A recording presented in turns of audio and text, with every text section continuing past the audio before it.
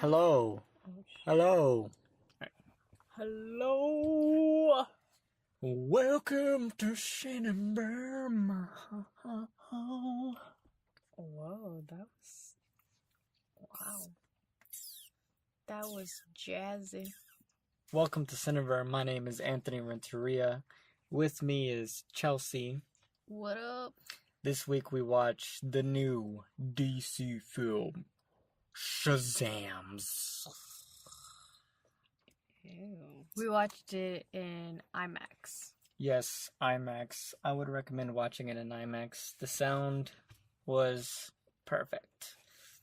Which is really interesting because we watched Dumbo last weekend in IMAX. Mm-hmm. And that shit sounded like crap. So what did you think about this movie? I remember on the ride up to the movie theater, you were like asking me like, so what do you think this film's gonna be like? And all this and all that. And I was just, one of the questions I remember came up were if he gets damaged or wounded as the superhero, does his kid self stay wounded? We learned the answer to that. What was the other question? They were all just a lot of technical, like we were trying to break the rules. Oh yeah. Like, really, could you just say Shazam and whatever? Even though we asked all those questions, previous to that, I was trying to see how the movie was going to tackle little blocks like that, and they actually did a good job at just touching up on all the actual plot holes you could think of. Yeah. It was really amazing.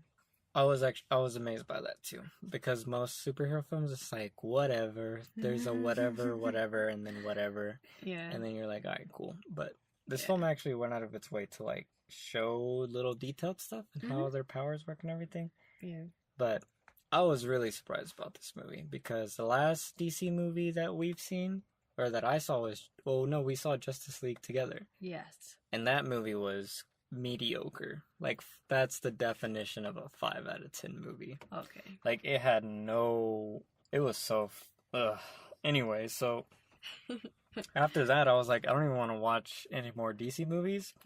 But now seeing this film and how unique and different, and it's like just being itself, it's not trying to match any other previous movie or tone or whatever or mood, I'm super excited, and I really want to watch Aquaman now. So you think this movie is a lot brighter, or what do you mean by color?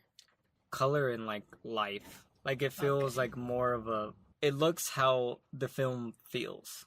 Yes. You know, and so it's colorful. You know, like I get it. Which it's because like Wonder Woman. If you remember that film, yeah, it looks great, and there was color in it, but it didn't feel. You didn't feel the essence of Wonder Woman coming on the screen. Like, it felt like a dark, tingy movie or something. But Wonder Woman is a character who isn't really that. Like, she's never really that serious. Like, she is a lighthearted, curious person. Kind of how this character was. He was a kid. You know, like, Wonder Woman felt way more like a kid than a darkened adult, you know? Yeah. I love how this movie, shot design-wise, cinematography-wise, even lighting-wise, and even editing, it was through the kid's perspective. Like, it felt like how a kid would see a fight scene. Like, he's about to beat the crap out of someone in slow-mo. Yeah. And then as soon as he fails... And he's smiling all the way through. Yeah. Like, oh, I'm getting my shot. Yeah, just like, bro, this is so lit. And then as soon as it stops being cool, it goes back to normal real-life motion. He's getting his butt beat. But... And I like how, there's a certain scene where you have to, at least it shocked me because it was when the whole conflict was happening. When it first started, you got introduced to the villain and its minions, I guess. And the first person who died in this whole film died in such a crazy way. I thought, wait, is this a PG-13 movie? It is PG-13. It is? Yeah. Okay. I was gonna ask you if it was, because this man literally died in the worst way, in my opinion. And I was pretty shocked, because to my left there's like 5-year-old kids, and they're like, Mom? That's one thing I will say. the only flaw of this film is that it has mixed tones in some parts. Okay. Like the beginning of the film was way dark. And all the reviewers and critics were talking like, this is a great kids movie. Yeah. With the superhero in the middle. And then like all this stuff, right? Mm-hmm. Which I agree with, like half of the film is that. Yeah. But then there's the parts of this movie like in the very beginning and there's like they cuss like 4 times in this movie. Yeah. And then it's weird because none of that was necessary. Mm-hmm. So for me, this film would have been way greater if it would have decided to be a PG movie and just ran with that. Okay. I think I would have actually liked this movie more if it decided to be more of a kids movie than kind of pushing more PG-13. Like all the monsters, they look creepy as fuck. Oh yeah. Like they look like legit satanic demon. These monsters make all the monsters in that stupid Hellboy reboot movie look like jokes. This movie made me feel like the new Incredibles movie, the second one, where everything was it was too violent, in my opinion. Because especially if you go from the first one, and I know a lot of people like refresh on movies, so they watch it and then right after they watch the second one, and I'm pretty sure all the parents would be like, I thought it was gonna be like same, you know, like action wise, but no, they added way more. Well, they just felt too brutal. And then that's when I thought, whoa, what rating is this? Yeah. But aside from that, you know, you kind of have to accept it to really enjoy the movie. And then afterwards, I just got used to it. So you thought all the fight scenes in this movie were a little too brutal? Well, because of the tones that were setting aside that weren't in during the fight scenes, it was all like super kiddie and super like innocent. Yeah. And then whenever the fight scenes happened, they were not innocent at all. Like it was shit really hit the fan. Yeah. There were can't spoil it, but yeah. Because I would actually disagree with you. The only parts, there's only 1, 2, and then the design of the monsters, and then all the cuss words. I thought all the other fight scenes were actually very they were at an obvious place where kids shouldn't be at 3 times in the movie. Well, that's just a gag, though. Okay, that's just one that you missed. Okay, so 4. So there's not a moment where he gets beat up and then he walks away like nothing. What is brutal is the fact that you see him as a kid all pulped up. Does that make sense? So that's the other brutal part of it. You know, it's not like a cartoon like Tom and Jerry. They get hit next second, they're good, you know? Or in The Incredibles, it was like that. They got all crazy and stuff and they show their powers, but you never saw them injured, which was that separation, you know? But yeah, the cuss words, I didn't mind the cuss words for real. It was okay because they bleeped a lot of them. That was just the ending part. Yeah. Oh yeah. Well, which parts did they cuss? They said shit like 5 times. Oh yeah, shit. No, they said it like 3 times, but it felt like they were saying it way too many. Yeah. Okay. The first time they said it, I was like, you could have easily said any other word, and that just set the whole movie in a weird tone. Because in the theater there were so many little kids that it made no sense, and you could tell they were marketing it towards younger kids because all the reviewers were like, "Oh, this is a great movie about family values," and it does, and it is about that. So that's why I'm saying, like, why have the conflicting tones when the shit and all the other stuff isn't really giving anything of value to the story? Like, it's not pushing anything. So I felt like sorry, go ahead. I felt like as a director, as soon as I decided I'm going to make a movie about family values through the eyes of a 15-year-old, I would have been like, all right, it's PG. And people are going to say I'm, like, whatever, washing it down. But once they watch the movie, they'll understand. Yeah. And I would have made that decision. There's a lot more room to play with the idea of a kid fighting someone. Like, just fight with the kid and see what they do. And they do, like, somersault kicks when it makes no sense to do a somersault kick. Or like my little brother Dylan, when he fights, he goes head first Yeah, so it would have been cool to have little quirks like that kind of snuck into him, you know? Yeah. Oh, That would have been really cool. but overall, I feel like this movie was really amazing because it got at least a 13-year-old I know would like that movie, which is what the rating is, PG-13. So honestly, if you're a 13-year-old, you like comics, go watch this movie. Seriously, it's really fun. Yeah. There's a lot of moments where they go into well, obviously they're in school because they're 13. Yeah. And they're in a school setting, and it goes through the whole dynamic of what if you're like this, and what if you're at a disadvantage, or what if you feel the pressure of showing off, or what if you just want to say fuck it and skip school, you know, like they go into all of that. And also you learn from the trailer that he's an adopted kid. So you go through his whole story, which is really awesome. They even have, like we've been saying, they wrap it all around, and they actually give a finality to that beginning story that they started. Yep. Like, this is the emotional resonance that I was wanting from Dumbo.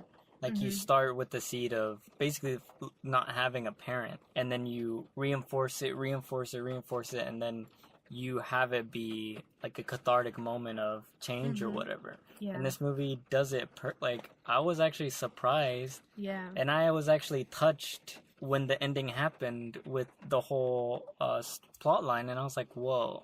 I didn't actually think they were gonna do it. I thought, because like halfway in the movie they kind of forget about it, and then when it came back I was like, wow, that's so like, they pushed it so far back you forgot. And then when it which was, we'll talk about in the spoilers, which is another perfect thing to do, because that's how some problems are in life. It's such a big deal, but then you're like, I wasn't worrying about it like for 3 months. But now that I'm reminded, it's a big deal. Aww. My car makes a squeaky noise. We need to take it to the mechanic. But we talked to him earlier today, but forgot. Even though I do agree with you on the, like, them not taking advantage of the kid action scenes, I actually like these action scenes way more than Captain Marvel. Yes, but you're comparing it to other superhero movies? Yes. Well, I'm just saying... I'm saying for itself, like you just literally just said, a kid could... No, like a kid could do some crazy, stupid shit. So the choreography of it wasn't special, but the shot design of it and the cinematography I thought was well done. Oh, yes. I agree with that. So the choreography was basic, but the thing I loved about this one, which Captain Marvel didn't do, which, I mean, a lot of superhero films don't do, is I actually understood where they were in the location that they were at. So when they were fighting, it wasn't cutting, like, and it was actually really interesting because they did longer shots while they were flying or fighting or punching or whatever, and it never looked too fake. And I guess they just did a really good job with their CGI, because they never just look like floating heads, which a lot of like these fight scenes look like, and then it never looked like they CGI'd their face. So every time, I don't know, I think I would need to watch it again to see how they did it, but I feel like they must have shot maybe them in a warehouse with strings or something, and then like did the whole air dance or something, or I don't know how they figured it out, because all the other movies that deal with flying characters, it's always pure CGI, or it looks like they just put a face on a CGI object, and it never looks good. But in this one, I was never distracted while they were fighting. Like, so you did like it? Yeah, it looked very clean. And I think it's because they slowed it down. So like when they were flying, they weren't like going crazy fast, and when they were going crazy fast, they did slow-mo, and you could still see them nicely. And aside from those slow-mo moments, it was like a blur type of thing. And I actually liked how they used slow-mo, because it wasn't for it to look intense for the audience, it was for it to look intense for the character doing the move. Like, I really liked the action design in it. I do think the choreography could be better, but this was like top notch. That's what I meant by I didn't like the action scenes, the choreography. I just didn't know how to say it. And maybe that was a problem, that maybe they had to decide, like, well, we can't have big elaborate choreography if it's a kid. Well, not if a kid, but to make it look as real as we're trying to make it look. Oh, Like yeah, maybe there you're was right. some limitations to whatever method they came up with. Yeah.